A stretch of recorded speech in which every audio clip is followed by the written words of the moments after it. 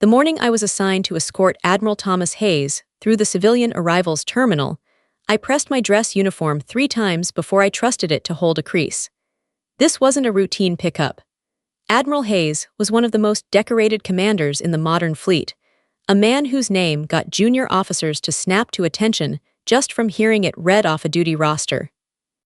I had exactly one job: stand at the gate, present myself with textbook military bearing, and deliver him safely to the base without incident. I did not expect the incident to be me.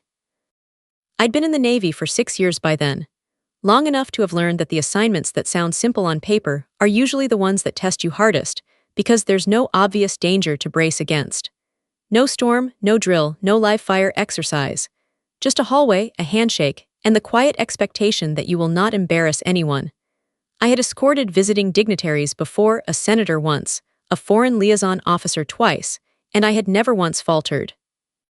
I told myself this would be no different. I told myself that right up until the moment it became very, very different. My name is Wren Sullivan. I'm active duty Navy, and discipline has been the architecture of my entire life, the thing that held me together when nothing else made sense. I learned early that bearing wasn't just posture, it was armor. So when the orders came down naming me for VIP transport duty, I treated it like a test I couldn't afford to fail. I arrived 90 minutes early. I checked my reflection in the terminal's dark glass more times than I'll admit. I ran through the greeting protocol in my head until the words lost meaning. Admiral Hayes, welcome. I'll be escorting you to the base. This way, sir. Simple, clean, nothing personal in it. Then the gate doors opened, and a tall, silver-haired man in a tailored civilian coat walked through them, and every rehearsed line I'd built dissolved into static. He moved like a man who'd spent decades being watched, shoulders set, eyes forward, a stillness to him that read as command even out of uniform. The overhead lights caught the edge of a ribbon rack pin on his lapel, small and unofficial, the kind of thing only someone who'd served would even notice. I stood at attention near the gate, my spine locked so straight it ached, and waited for him to close the distance. Behind him, the arrivals hall buzzed with the ordinary noise of a Tuesday morning, families reuniting near the baggage carousel, a toddler shrieking with delight at a balloon, an airport employee pushing a squeaking cart of luggage past the security line. None of it touched him. He moved through that noise like it belonged to a different world than the one he occupied, and for a moment I understood, in a purely academic way, why men like him ended up with 4 stars on their shoulders. It wasn't just competence, it was a kind of gravity. Rooms rearranged themselves around him without him ever asking them to. I had read his file the night before, the unclassified portions anyway, 3 decades of service, 2 combat deployments early in his career, a long middle stretch of assignments so vague they were clearly redacted even in a summary meant for public consumption, and then the steady, unbroken climb through flag rank that ends most careers in a Pentagon office instead of a ship's bridge. I remembered thinking, as I read it, that there was a strange gap in the timeline. A silence in the record where a man like that should have had a story to tell. I hadn't thought much of it. Classified is classified, you learn not to ask. Admiral Hayes, I said, my voice steadier than I felt. Wren Sullivan, ma'am, sir, I'll be escorting you to the base.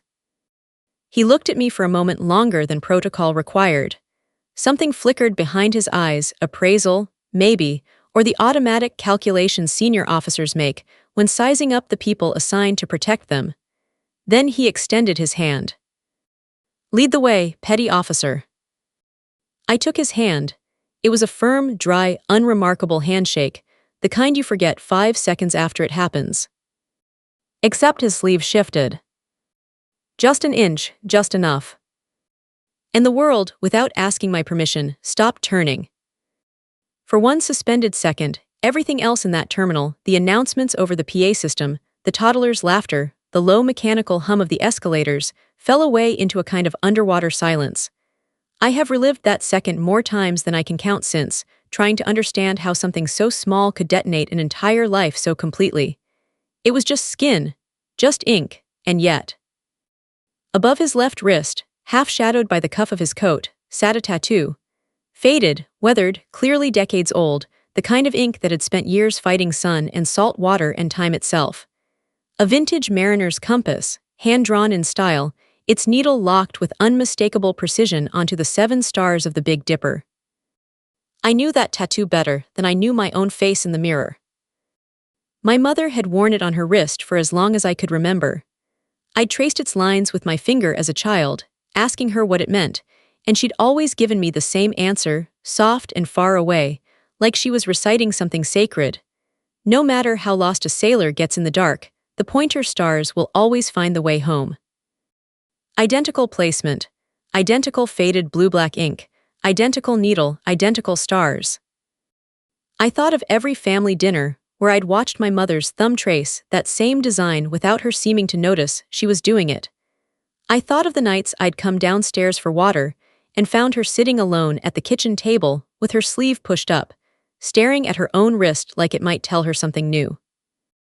I thought of the one time when I was maybe 11 that I'd asked her outright who else had that tattoo and how her whole face had closed like a door, and how she'd said, very quietly, "Someone I lost," and never spoken of it again. I don't remember deciding to speak. The words simply escaped, quiet and involuntary, breaking every rule of bearing I had spent years building. "Sir, my mother has that exact same tattoo." Admiral Hayes went rigid.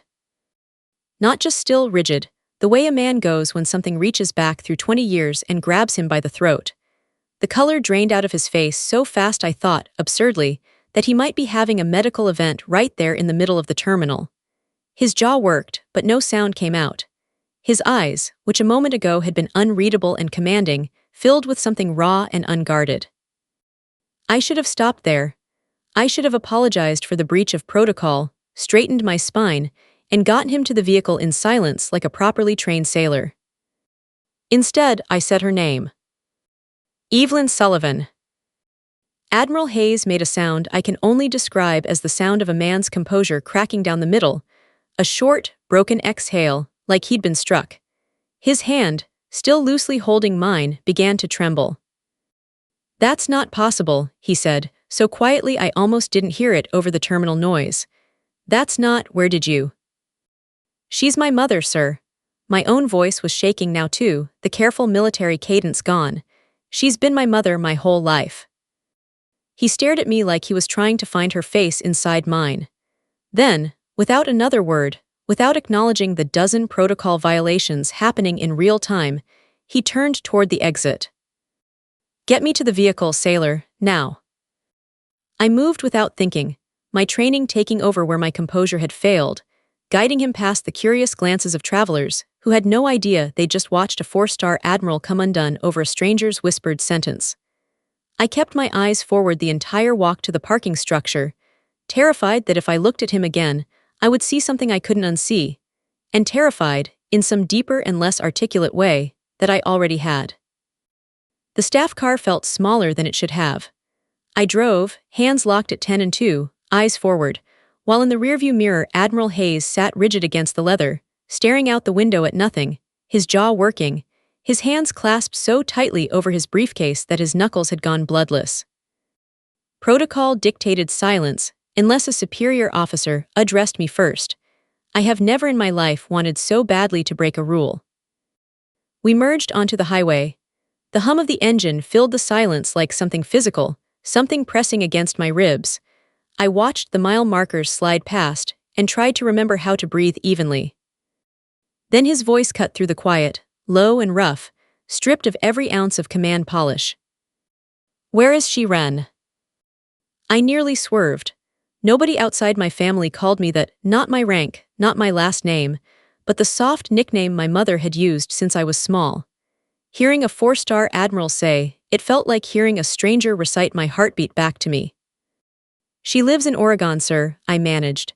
"A small coastal town, very quiet, she keeps to herself." "Is she healthy?" The questions came fast now, tumbling over each other, 20 years of restraint collapsing all at once. "Is she safe? Has anyone bothered her, followed her, asked questions?" "She's well, sir, she's safe." I gripped the wheel tighter. She's always been careful about that, careful about everything actually, I never understood why. In the mirror, I watched him close his eyes. All my life, my mother had guarded her past like it was classified information, because, as I was about to learn, it was. Whenever I'd asked about her time in the service, she would redirect gently, her thumb tracing slow circles over the compass on her wrist, and change the subject to something safe. She never explained who else wore that tattoo. She never explained the small antique navigation compass she kept locked in her cedar chest, the one I wasn't allowed to touch. I'd stopped asking by the time I was a teenager. Some silences, I'd learned, were just part of who she was. I was about to learn they were part of who he was too. Change of plans, Hayes said suddenly, leaning forward until his face nearly touched the divider. Bypass the main command suite. Take the back gate, go to the secondary briefing wing, park in the secure bay. We need to talk before I set foot anywhere near the brass. Sir. Please, Ren, his voice cracked on my name. Just do this for me. I did. The secondary briefing wing was quiet at that hour, tucked away from the administrative bustle, accessible through a private corridor most junior personnel never used. Admiral Hayes led the way without hesitation, like a man who'd memorized this building's blind spots decades ago. He opened a door to a dim conference room, waited for me to step through, and then shut it behind us with a firmness that felt final. I heard the deadbolt turn. Through the frosted glass, I saw him dismiss his aide with a single curt gesture. Whatever this was, he wanted no witnesses. Sit down, Ren. I sat. The formal distance between our ranks, the distance that had structured every interaction I'd had with a superior officer for years, seemed to be dissolving in real time, and I didn't know what was replacing it. Sir, if this is about my mother. Everything is about your mother. His voice had gone thick, unsteady, nothing like the composed commander who'd walked off that plane. Everything has always been about your mother. I swallowed hard, and let the questions that had haunted my entire childhood finally have a voice. When I was young and she was troubled, she used to sit on our back porch for hours, just staring up at the sky, at the Big Dipper specifically. She always told me the same thing, that no matter how lost a sailor becomes in the dark, the pointer stars will guide them home. She touched her wrist every single time she said it. Every time. Something in Admiral Hayes seemed to fold inward. A profound, exhausted grief settled over his features, the kind that comes from carrying something heavy for so long it becomes part of your skeleton. Slowly, he reached into his briefcase and withdrew a battered, salt-stained service journal, its cover cracked with age, its pages the color of old tea. He flipped through it with the practiced care of a man who had opened this book 1,000 times in private and never once in front of another living soul. He found a specific page and slid it across the table toward me. My breath caught somewhere in my chest and refused to move. The page was covered in hand-drawn navigational charts, dense mission notes, technical sketches of coastlines and current patterns, all rendered in small, precise, unmistakable handwriting. I would have known it anywhere. It was the same handwriting on every birthday card, every grocery list, every note she'd ever left me on the kitchen counter. It was my mother's. Your mother didn't serve in a standard unit, Ren, Hayes said quietly, leaning in close, his eyes fixed on the journal like it might vanish if he looked away. Evelyn was the lead tactical navigator on a classified joint task force. We answered directly up the chain, on operations that officially never happened. Missions that don't exist in any record you could ever request. He told me the story slowly, like each sentence cost him something. In the autumn of 1998, he began, our task force was sent on an off-the-books extraction. A reconnaissance team had been compromised in hostile waters, cut off, running out of time. Your mother and I were assigned to a small support vessel with orders to bring them out before sunrise. He rolled up his left sleeve fully now, exposing the whole compass tattoo, faded and permanent against the age spots and old scars of his forearm. Our radar took direct fire during a night squall. We lost all telemetry. No satellite fix, no digital nav, nothing. We were blind, in mined waters, completely cut off from the fleet, with 7 lives depending on us finding a channel that didn't exist on any chart we had left. His hand hovered over the tattoo, not quite touching it. You have to understand what that kind of darkness actually is, he said, his voice dropping lower, as though the memory itself demanded quiet. Not the darkness of a moonless night on calm water, The darkness of being inside a steel hull with dead instruments, enemy patrol boats somewhere within a mile of you, and a minefield you can't see, can't map, and can't afford to guess at. Every choice was a coin flip between getting 7 men home and killing all of us in one wrong turn. I have commanded fleets since that night. I have stood on bridges during exercises involving more firepower than most nations possess. I have never again felt fear like I felt in those 6 hours. "Your mother got us through, you," said a magnetic hand compass and a celestial fix on the Big Dipper, and she navigated our entire crew through those mine shallows in complete darkness, by memory and by instinct, for 6 hours without a single mistake. She saved 7 lives that night. Mine was one of them. I remember watching her work by a shielded red flashlight, because any white light on deck could have given away our position. She had the hand compass in one palm and a scrap of grease-penciled chart in the other, and she kept glancing up through a gap in the canopy at the sky, timing our heading against the rotation of the stars, like she was reading a language the rest of us had never learned. Nobody spoke. Nobody dared to. Every man on that boat understood without being told that we were entirely in her hands, and somehow that knowledge didn't frighten us. It steadied us. I have never seen anyone command a room, a boat, a crew, a moment, with less noise and more absolute authority than Evelyn Sullivan navigating us through those shallows by starlight. He looked up at me, and for a moment I saw exactly what kind of debt a person could carry for 22 years. Before that mission, when we both understood our odds of coming back were close to zero, we got these tattoos in a small port town in Bahrain. It was a pact. However dark the water got, however far apart the tides pulled us, we would always find true north. We would always find our way back. He paused, and for the first time since the terminal, something almost like a smile ghosted across his face. Thin, wistful, gone as quickly as it arrived. Tattoo artist was an old Bahraini man who barely spoke English and clearly thought we were insane for wanting matching ink on the eve of a mission neither of us expected to survive. Your mother laughed the entire time. I remember that specifically because I hadn't heard her laugh in weeks before that, and I didn't hear it again for years afterward.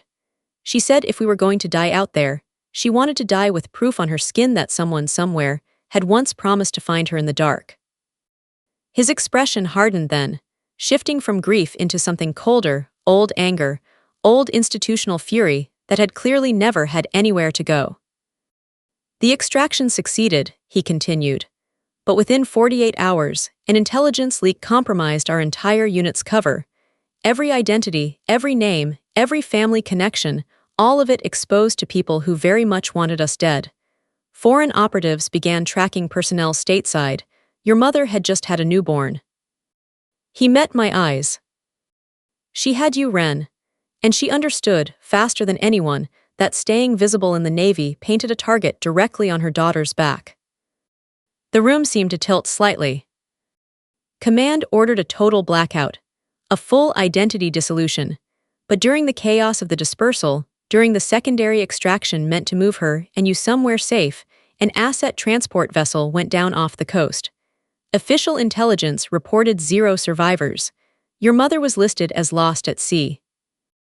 He said the words flatly, like reciting a wound he'd catalogued so many times the pain had worn a groove. For 22 years, I believed the finest navigator I ever served beside, the woman who saved my life and the lives of 6 other men, died in the cold aftermath of a mission that officially never happened. I carried that. Every promotion, every medal pinned to this uniform, every ceremony where they called me a hero for surviving a night that I only survived because of her. His voice broke entirely on the last sentence. I climbed to the top of this fleet, believing I'd left her behind in the water.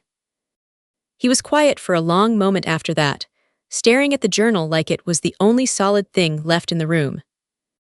"Do you know what it does to a man," he said finally, "to be handed medals for surviving a night that only ended in survival because of someone else's skill? Every ceremony felt like theft. Every young officer who looked up at me like I was some kind of legend, I wanted to grab them by the collar and tell them the truth, that the real legend drowned in the dark water off a coastline nobody will ever name in a briefing, and that I was just the man lucky enough to be standing nearby when it happened. I built an entire career on top of her unmarked grave, Ren. That is not a metaphor. That is the exact, literal shape of the last 22 years of my life. I sat there, stunned into silence, trying to fold this new reality into the shape of my entire childhood. Lost at sea, I repeated, the phrase tasting foreign and wrong in my mouth. Sir, my mother raised me completely alone. We moved 4 times before I finished middle school. She never let our names appear anywhere, not a school newspaper, not a yearbook photo caption, nothing. She paid for everything in cash. She kept every piece of our identification paperwork locked in a fireproof box that I wasn't allowed near. I felt my throat tighten. I used to think she was just private, overly cautious. Now I understand she was surviving. Admiral Hayes lowered his face into his hands. Senior Command buried her survival file the moment they realized the mistake, he said, muffled. They told themselves it protected the operational intelligence she still carried in her head. But once the threat had faded, once there was no operational reason left to keep the lie running, the bureaucracy simply left the door shut. Because it meant admitting they'd faked a mother's death and let her live as a ghost in her own country for over 2 decades, and no one wanted their name attached to that. His voice cracked with something closer to rage now, aimed entirely inward. Every commendation I've received, every star added to my rank, has felt like a hollow theft. I told myself I owed it to her memory to serve well. I had no idea I was serving while she was alive somewhere, alone, raising your daughter, in complete isolation, believing that reaching out to me would put a target on both your backs. I don't fully remember deciding to reach into my collar. My hands moved on their own, pulling free the heavy silver chain I'd worn beneath my uniform since the day I graduated boot camp. A chain I'd never once removed. A chain my mother had given me the morning I shipped out, fastening it around my neck herself with hands that shook, though at the time I'd assumed it was ordinary parental worry.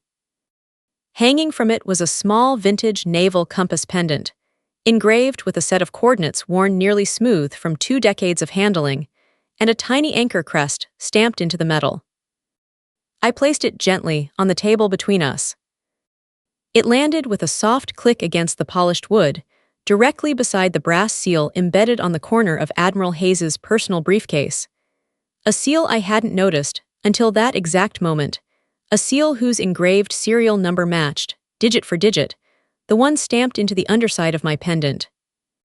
Hayes went utterly still.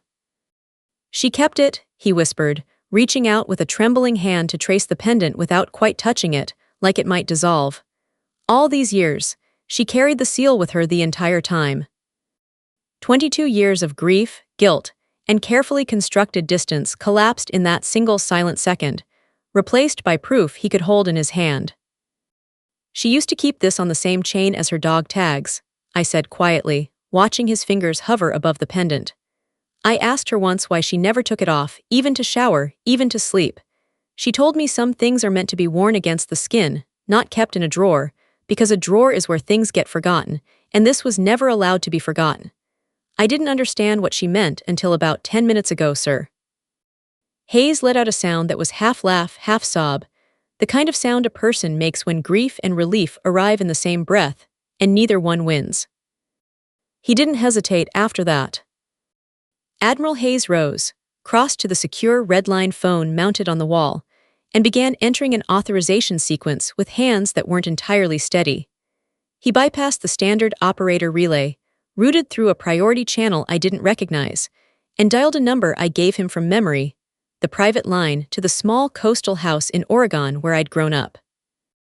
He set the receiver on speaker, placing it carefully on the table between us like something fragile. 4 rings.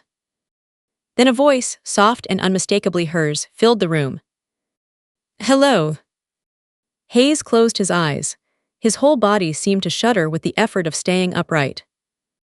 Navigator, he said, and his voice cracked wide open on the word. This is the commander. Do you have a fix on true north?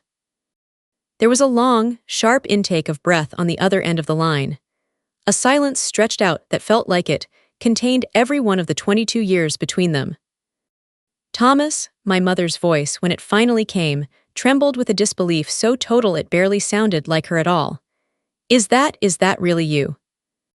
It's me, Evelyn. Tears were falling freely down his face now, unashamed. Your daughter is sitting right across from me. She saw the compass. The silence on the other end broke into something like a sob. When Ren enlisted, my mother said, her voice unraveling, I prayed every single day that she would come home safe. But I never let myself reach out to you, Thomas. The threat to her felt too real, even years later. And by the time the danger had passed, you were already rising through the ranks of the Pentagon.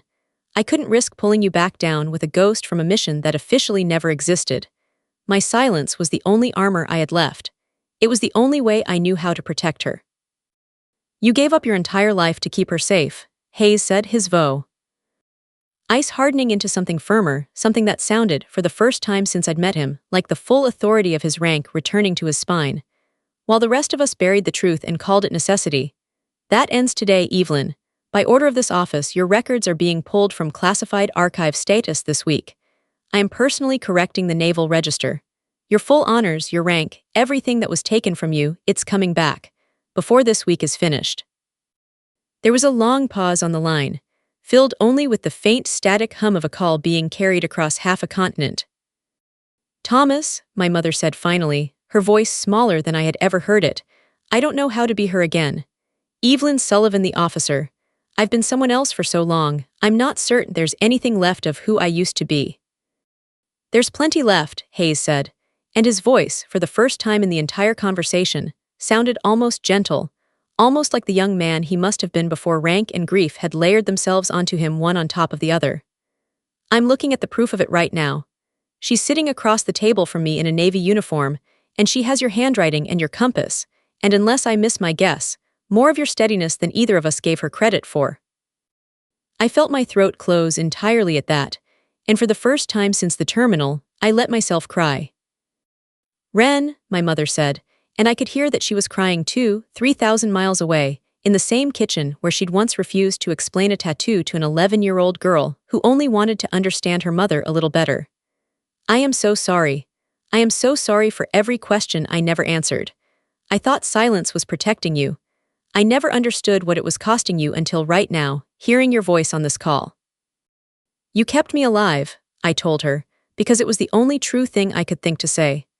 Whatever else it cost, you kept me alive and you kept yourself alive doing it. I don't need an apology for that, Mom. I need you to come to the ceremony they're about to plan, and I need you to let people finally see you the way the Navy should have let them see you 22 years ago. There was a wet, unsteady laugh on the other end of the line. Yes, she said. Yes, Navigator, I have a fix on True North. The weeks between that phone call and the ceremony passed in a strange, suspended blur. There were depositions, quiet ones, conducted by officers with faces so neutral they may as well have been trained for it, men and women whose entire job was untangling a 22-year bureaucratic knot without anyone above a certain pay grade having to answer uncomfortable questions in public. I sat in on a few of them, at my mother's request, holding her hand under the table while she recounted details of a mission that had, until that month, existed nowhere except inside her own memory, and a salt-stained journal locked in an Admiral's briefcase. I watched her transform, day by day, in small and enormous ways. The woman who had spent 2 decades speaking in careful, guarded half-sentences began slowly to speak in whole ones.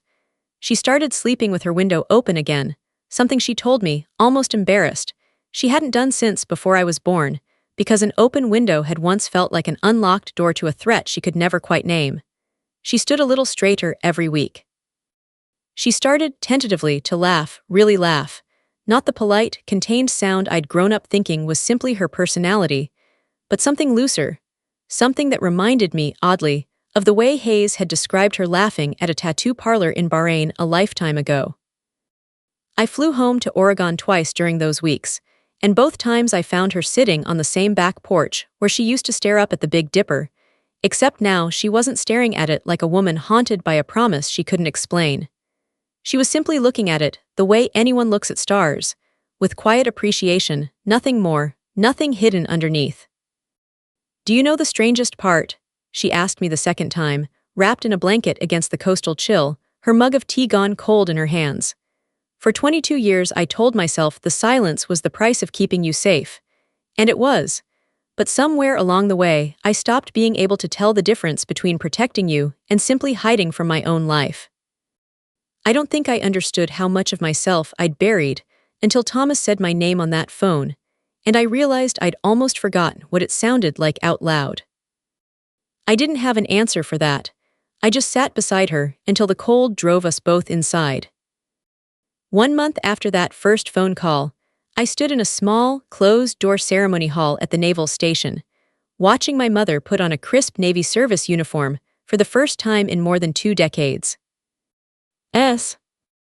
He stood taller than I had ever seen her stand. For my entire childhood, she had carried herself like someone trying to take up as little space as possible, like visibility itself was dangerous. That morning, in that uniform, with her silver hair pulled back and her chin lifted, I finally understood what she must have looked like before I existed, before hiding became her second nature. Admiral Hayes stood across from her, his own eyes wet before the ceremony had even begun. When the moment came, he stepped forward and pinned the Distinguished Service Cross to her lapel with hands that trembled slightly, formally restoring her full veteran status, her pension, and the classified unit honors she'd earned and never been allowed to claim. There were no cameras, no press, just a small circle of select naval brass who'd been read into just enough of the story to understand why this quiet woman deserved a medal 22 years overdue. I watched their faces as the citation was read aloud, the carefully worded, still partially redacted account of a night in the Persian Gulf, a compromised extraction, a navigator who brought 7 men home through waters that should have killed all of them. I watched decades-hardened officers, men and women who had built entire careers on projecting unshakable composure, blink hard and look away, unwilling to let anyone see exactly how much the story moved them. One older captain near the back wiped his eyes with the back of his hand so quickly I almost missed it, and I understood, in that moment, that my mother's story wasn't just about her. It was about every service member in that room who had ever wondered whether their own sacrifices would someday simply vanish into a filing cabinet marked classified, never to be acknowledged by anyone at all. When the citation finished, the room was silent except for the faint sound of my mother's breathing, unsteady with the effort of holding herself together. I stood at attention between the two of them, and for the first time in my life, I understood what the oath I'd taken actually meant. Service isn't only the missions that make it into official record. It's not only medals and promotions and ceremonies with cameras rolling. Sometimes the deepest service is silent, carried alone, in the dark, for the people you love, with no one ever knowing the cost. The matching compass tattoos on their wrists weren't symbols of a tragedy anymore.